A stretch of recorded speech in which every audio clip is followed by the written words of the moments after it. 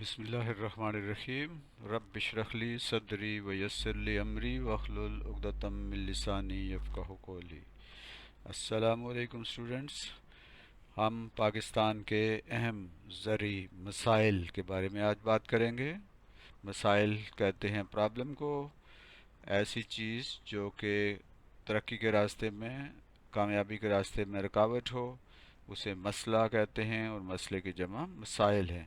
تو پاکستان کے زرعی مسائل پر ہم آج بات کریں گے، اور یہ ہے معاشرتی علوم، اس کا حصہ جغرافیہ جماعت ہفتم کے لیے۔ تو ڈیئر اسٹوڈنٹس، پاکستان کے بہت سارے مسائل ہیں اور بہت سارے زرعی مسائل ہیں، ان کو آج ہم سمجھنے کی کوشش کریں گے۔ سوال یہ ہے کہ پاکستان کے اہم زرعی مسائل کون کون سے ہیں؟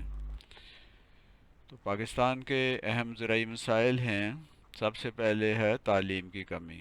ہمارا کسان، ہمارا مزدور، ہمارا کھیتوں میں کام کرنے والے جو افراد ہیں، ان کی تعلیم بہت کم ہے۔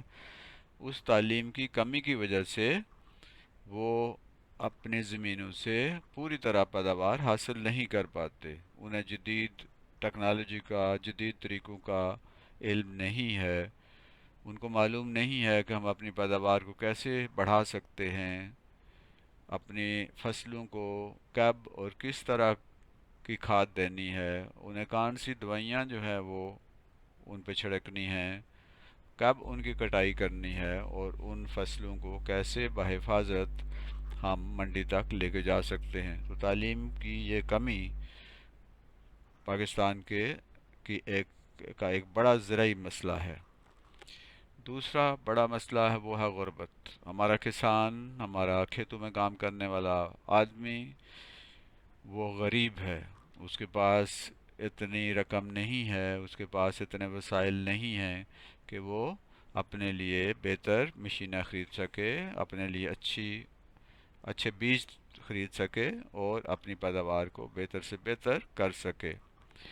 تیسرا بڑا مسئلہ پاکستان کی زراعت کا وہ ہے پرانے طریقوں کا استعمال، یعنی ہمارا کسان پرانے طریقے استعمال کر رہا ہے، اسے جدید ٹیکنالوجی کا اور جدید طریقوں کا، نئی جو بیج ہیں، جو ہائیبریڈ بیج ہیں، جو جدید دنیا کی مختلف قسم کی جو پیداوار جن سے زیادہ حاصل کی جا سکتی ہے، ان کے بارے میں اسے علم نہیں ہے۔ تو پرانے طریقوں کا استعمال کرتے ہیں، وہی بیل اور وہی پرانے ٹریکٹر اور وہی پرانے جو ہیں وہ ہل استعمال کیے جاتے ہیں، جس سے پیداوار مناسب نہیں ہوتی۔ چوتھا بڑا مسئلہ پاکستان کی زرعی مسائل میں سے جو ایک ہے وہ ہے قدرتی آفات۔ پاکستان میں کبھی آندھی آ رہی ہے، کبھی طوفان آ رہے ہیں، کبھی سیلاب آ رہا ہے، کبھی بارش نہیں ہوتی اور خشک سالی آ جاتی ہے، کبھی مختلف قسم کی بیماریاں آ گھیرتی ہیں، کبھی ٹڈی دل آ گیا، اور کبھی زلزلہ، اور کبھی آندھی اور طوفان۔ اس سے ہمارا جو زرعی پیداوار ہے وہ کم ہوتی ہے، کبھی بارشیں وقت پہ ہوتی ہیں، کبھی نہیں ہوتی، اس سے پیداوار متاثر ہوتی ہے۔ پانچواں بڑا مسئلہ پاکستان کا زرعی مسئلہ جو ہے وہ ہے سیم اور تھور۔ سیم کہتے ہیں وہ جو زمین کے اندر پانی ہے اس کی سطح اوپر آ جاتی ہے، جو واٹر ٹیبل ہے وہ بلند ہو جاتا ہے، اور اس سے ہمارے کھیتوں میں سیم آ جاتی ہے، یعنی پانی آ جاتا ہے۔ تو ظاہر ہے کہ وہ پانی جب زیادہ ہوتا ہے تو فصلیں وہاں پر صحیح طریقے سے جڑیں نہیں پکڑ سکتی اور بہتر طریقے سے پیداوار نہیں ہوتی، پودے گل سڑ جاتے ہیں، چھوٹے فصلوں والے بھی اور پھلدار پودے بھی۔ اور تھور ہوتا ہے وہ جو پانی جب زمین پہ آتا ہے اس کے اندر نمکیات ہوتے ہیں، مختلف قسم کے کیمیکلز ہوتے ہیں، اور جب وہ سیم کے ساتھ ہوتے ہیں وہ، اور جب پانی اڑ جاتا ہے، خشک ہو جاتا ہے، کم ہو جاتا ہے، تو زمین کے اوپر سفید رنگ کی ایک نمک، ایک کیمیکل جو ہے جم جاتا ہے، اسے تھور کہتے ہیں۔ یہ بھی پودوں کے لیے بہت نقصان دہ ہے، اور اس سے بھی ہماری زراعت کی پیداوار میں کمی واقع ہوتی ہے۔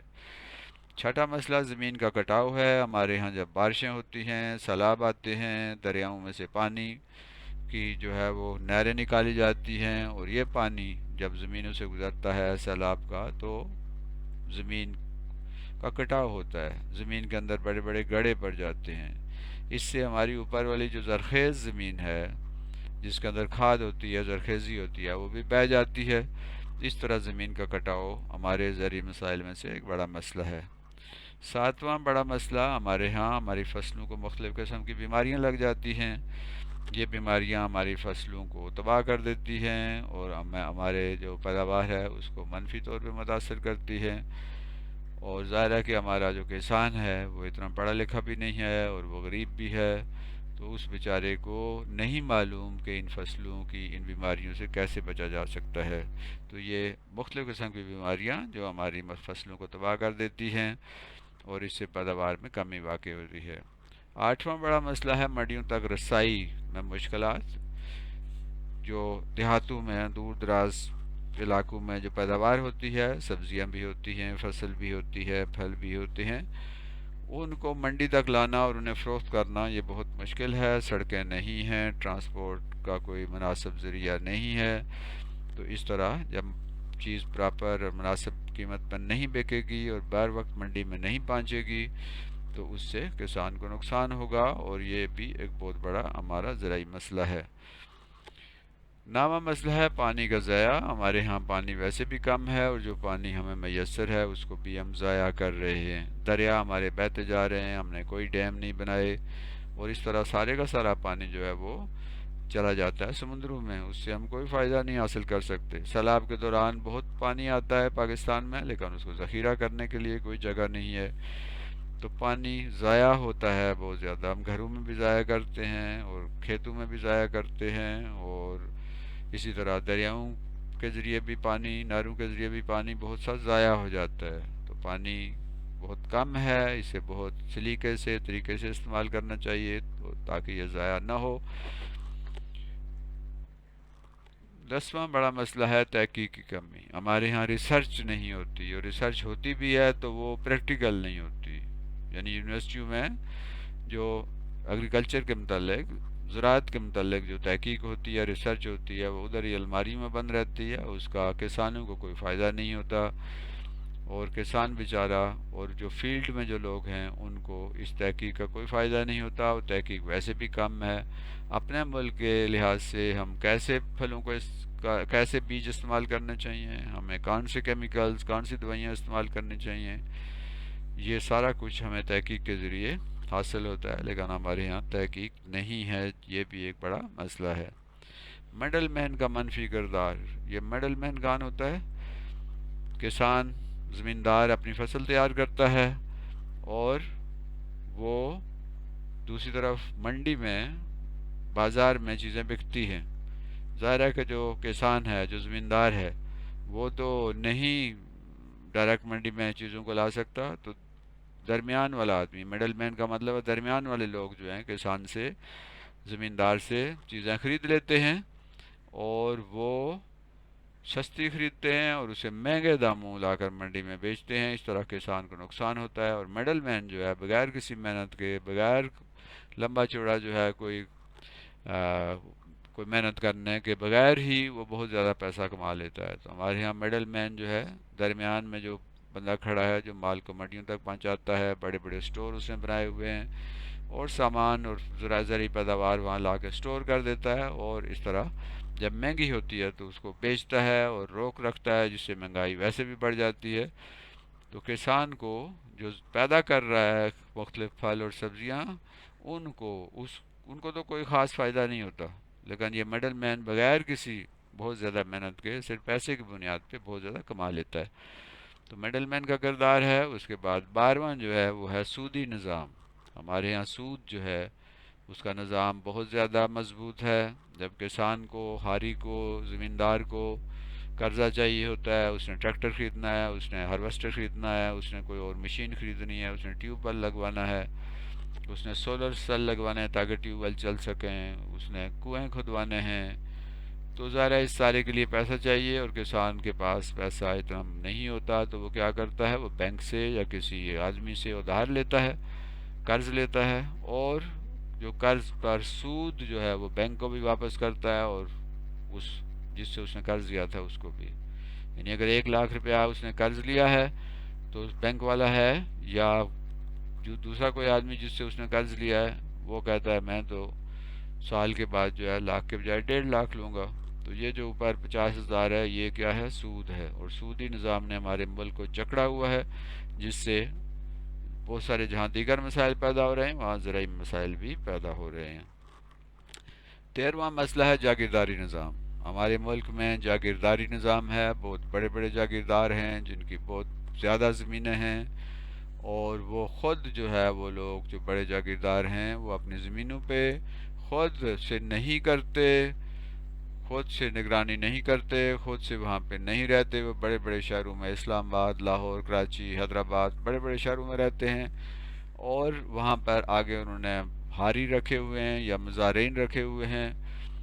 تو بڑی بڑی زمینوں پہ جتنی پیداوار حاصل کی جا سکتی ہے وہ نہیں حاصل ہو پاتی. تو یہ جاگیرداری نظام بھی ہمارے زرعی پرابلم ہے ایک بہت بڑا.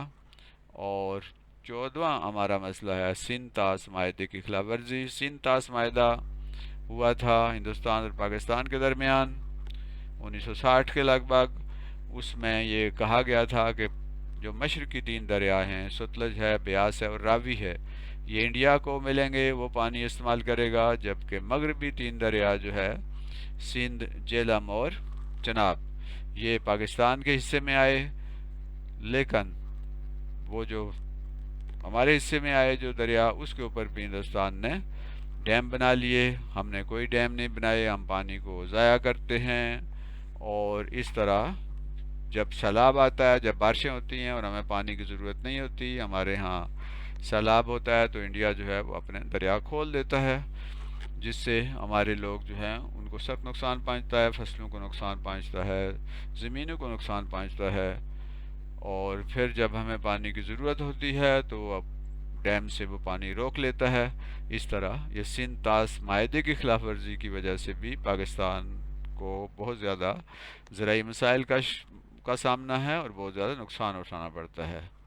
نمبر 15 ہے حکومتی منفی پالیسیاں گورنمنٹ بناتی ہے، حکومت بناتی ہے، اور حکومت کی پالیسیاں ایسی ہوتی ہیں جو کسانوں کے لیے بہتر نہیں ہوتی، کیونکہ وہی جاگیردار، وہی سرمایہ دار جس کی بڑی بڑی زمینیں ہیں، اسی کے کارخانے ہیں، وہی اسمبلی میں بیٹھا ہوا ہے، وہی سیاست کر رہا ہے، اسی کی حکومت ہے، اور ساری پالیسیاں جو ہیں وہ ایسی بناتے ہیں جس سے عوام کو اور عام کسان کو اور ہاری کو اور مزارے کو بہت نقصان ہوتا ہے، جبکہ جاگیردار کو فائدہ ہوتا ہے. کیونکہ اسمبلی کے اندر بھی، سینٹ کے اندر بھی، قومی اسمبلی کے بھی، سینٹ میں، پارلیمنٹ میں اور ہر جگہ پہ وہ موجود ہیں.